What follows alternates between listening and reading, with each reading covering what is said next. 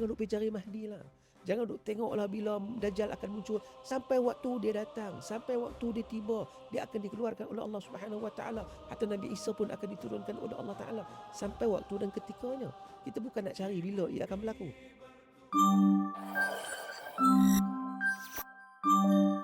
Saudara muslimin dan muslimat yang dirahmati Allah Subhanahu Wa Taala sekalian, bertemu kita sekali lagi dalam DSM dari studio Mufti yang bersiaran dari tingkat 48 Komta Georgetown Pulau Pinang.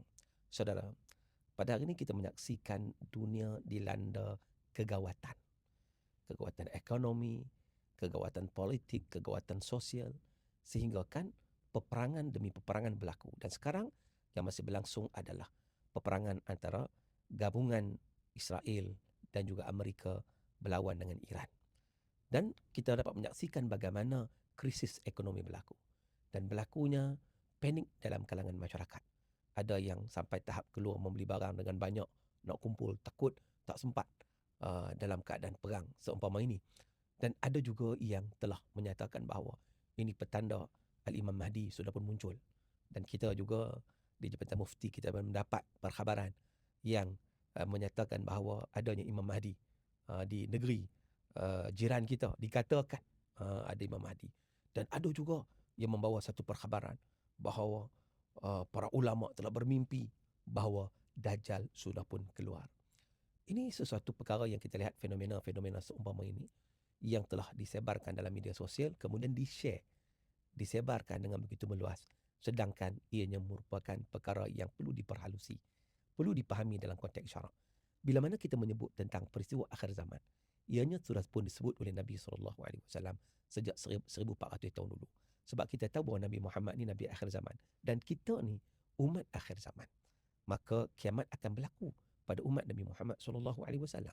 Maka dengan sebab itu Nabi memberitahu kepada kita tanda-tandanya. Ada tanda kecil, ada tanda besar. Antaranya yang Nabi sebut, orang berlumba-lumba untuk membina bangunan yang tinggi. Dan kita sudah pun nampak hari ini bangunan yang masing-masing berlumba-lumba untuk membina bangunan yang tinggi. Apakah fenomena ini salah nak bina bangunan tinggi? Tak salah. Tetapi Nabi bagi tahu itulah tanda akhir zaman. Begitu juga Nabi SAW menyatakan tataqarabul aswaq, pasar-pasar menjadi semakin dekat. Ya benar. Pada hari ini kita dapat saksikan betapa nak beli barang online saja. Hari ini pesan esok sampai, kadang-kadang hari yang sama sampai. Jadi menunjukkan bahawa pasar itu makin dekat. Bahkan pasar boleh sampai ke rumah kita. Jadi antara lagi Nabi sebut az-zalazil, al-qatlu, pembunuhan demi pembunuhan, gempa bumi. Dan benda ini semua sudah pun berlaku. Maka dengan berlakunya perang yang berlaku sekarang ni pula, maka ada di kalangan kita yang nanti bilalah Imam Mahdi nak datang, bilalah dan lepas Imam Mahdi Dajjal, bagaimana keadaan dia, kita menjadi ketakutan. Saudara, kita jangan takut dengan yang bimbang. Sebab apa? Menjadi satu kewajipan kepada kita untuk setiap masa, setiap ketika untuk kita membuat persiapan. Bukan untuk kita mencari bilanya ia akan berlaku. Adapun yang sudah berlaku kita nampak. Ya, apa yang disebut oleh Nabi SAW dah berlaku. Contohnya kita sebut tadi membina bangunan tinggi. Dan itu menunjukkan kebenaran apa yang disebut oleh Nabi SAW. Nabi sebut benda itu berlaku. Tetapi kalau perkara itu belum berlaku lagi, kita tak perlu mencari bila ia berlaku. Sebab itu kaedah manhaj untuk berinteraksi dengan perkara-perkara akhir zaman ialah untuk kita tidak mencari bila ia akan berlaku. Sebaliknya kita melakukan persiapan untuk apa-apa pun yang akan berlaku. Begitu caranya.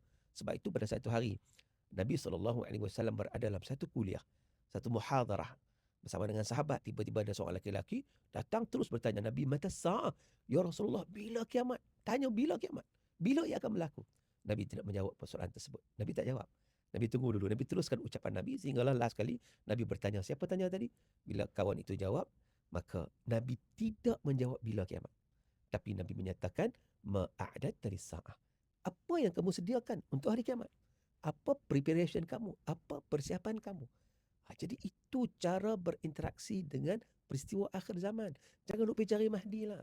Jangan duk tengoklah bila Dajjal akan muncul. Sampai waktu dia datang, sampai waktu dia tiba, dia akan dikeluarkan oleh Allah Subhanahu Wa Taala. Hatta Nabi Isa pun akan diturunkan oleh Allah Taala. Sampai waktu dan ketikanya. Kita bukan nak cari bila ia akan berlaku. Tetapi sebagai orang yang beriman pada Allah, kita kena sentiasa mempersiapkan diri kita dengan amalan-amalan saleh, dengan mempertikatkan akidah dan amalan saleh. Sebagai contohnya, Nabi mengajar kepada kita satu doa yang perlu kita baca dalam solat kita selepas tahiyat akhir sebelum kita bagi salam, iaitu Allahumma inni a'udzubika min azabi jahannam wa min azabil qabri wa min fitnatil mahya wal mamat wa min syarri fitnatil masiihid dajjal. Ini doa yang diajar oleh Nabi berdasarkan hadis yang sahih yang diriwayatkan oleh Imam Muslim. Maknanya sebelum bagi salam, lepas tahiyat akhir, kita baca doa ini. Ya Allah, Allahumma inni a'udzubika min azabi jahannam. Aku berlindung denganmu daripada azab api neraka jahannam. Wa min azabil qabri. Aku berlindung daripada azab kubur. Aku berlindung daripada fitnatil mahya wal mamat. Fitnah ujian masa hidup dan masa mati. Dan aku berlindung denganmu ya Allah daripada fitnah Dajjal. Jadi maknanya tuan-tuan, kita amalkan doa tersebut. Di samping kita banyak membaca surah Al-Kahfi yang Nabi sebut usima minad dajjal. Bila mana kita membaca surah Al-Kahfi itu 10 ayat sekurang-kurangnya, kita akan selamat daripada fitnah dajjal. Jadi cara berinteraksi dengan peristiwa akhir zaman ialah bukan kita duk pergi cari bila ia akan berlaku. Yang akhirnya kita akan terjebak dengan ajaran sesat. Itulah akibatnya. Sebaliknya, kita sentiasa bersiap sedia. Begitu. Membuat persiapan dan persediaan. Seumpama hidup kita lah. Setiap orang dia tahu dia akan mati. Kullu nafsin dha'iqatul maut. Setiap yang bernyawa pasti akan mati. Tetapi kita tak dituntut nak pergi cari bila kita akan mati. Kita pun tak tahu kita nak mati bila. Dan kita pun tak dituntut nak tengok tarikh bila aku mati. Tak ada. Tapi apa yang penting bagi kita adalah membuat persiapan untuk hari depan mati. Sebagaimana Nabi sebut, Al-Kayyisu man dana nafsahu wa amila lima ba'dal maut. Orang yang cerdik ialah orang yang sentiasa memperbaiki diri dia, beramal, bersedia untuk hari lepas mati. Saudara yang dirahmati Allah, mudah-mudahan kita dapat sedikit manfaat daripada perkongsian kita pada kali ini. Saya sudahi dulu dengan aqulu qawli hadza wa astaghfirullahal azim li wa lakum. Wabillahi taufiq wal hidayah. Wassalamualaikum warahmatullahi wabarakatuh.